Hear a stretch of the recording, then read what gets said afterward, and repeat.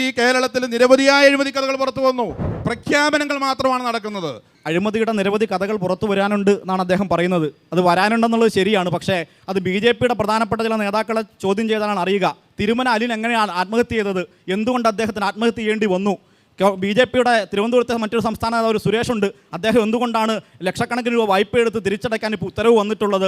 ഏതൊക്കെയോ BJP നേതാക്കൾ മണ്ണുമാഫിയയ്ക്ക് കീഴടങ്ങിയതുകൊണ്ട് സ്ഥാനാർത്ഥിത്വം ലഭിച്ചില്ലെന്ന് പറഞ്ഞ് BJP പ്രവർത്തകർ ആത്മഹത്യ ചെയ്തു. അപ്പോൾ ഇതൊക്കെ കേരളത്തിലെ BJP നേതാക്കന്മാരെ പിടിച്ച് ചോദ്യം ചെയ്യണം. അതുപോലെ കുഴൽപ്പണ കേസ് ഉൾപ്പെടെയുള്ള ചോദ്യങ്ങൾ ചോദിച്ച് BJP നേതാക്കന്മാരെ ഒന്ന് നന്നായി പരിശോധിച്ചാൽ ഒരുപാട് അഴിമതി കഥകൾ കേരളത്തിനകത്ത് പുറത്തു വരുന്ന സ്ഥിതിയുണ്ട്. അതുമാത്രമല്ല, അദ്ദേഹം കേന്ദ്രത്തിൻ്റെ വികസന പദ്ധതികളെ സംബന്ധിച്ച് അദ്ദേഹം പറഞ്ഞു, എന്തേ കേരളം മാത്രം വികസിക്കുന്നു, എന്തേ BJP ഭരിക്കുന്ന ഇരട്ട എഞ്ചിൻ സർക്കാരുകളൊക്കെ ഏറ്റവും മാനവവിഭവശേഷി പരിശോധിച്ചാൽ ഏറ്റവും പിന്നിലേക്ക് പോകുന്നു.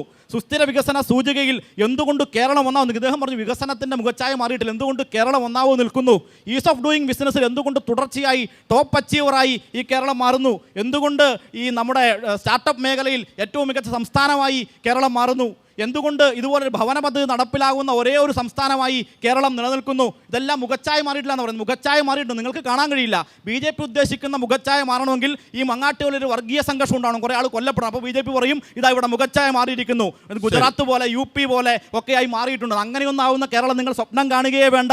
അതൊന്നും ഉണ്ടാവാനും പോകുന്നില്ല. കേരളം ഇതേ നിലയിൽ ഇവിടെ തുടരും. ഈ മുഖച്ഛായയോടെ, ലൈഫിൻ്റെ പുഞ്ചരിയോടെ കേരളം ഈ നാട്ടിൽ തുടരും. നിങ്ങൾ ഉദ്ദേശിക്കുന്ന മുഖച്ഛായയോടുകൂടി ഒരു കാലത്ത് നിങ്ങൾ കേരളത്തെ കാണാൻ പോകുന്നില്ല. ശരി.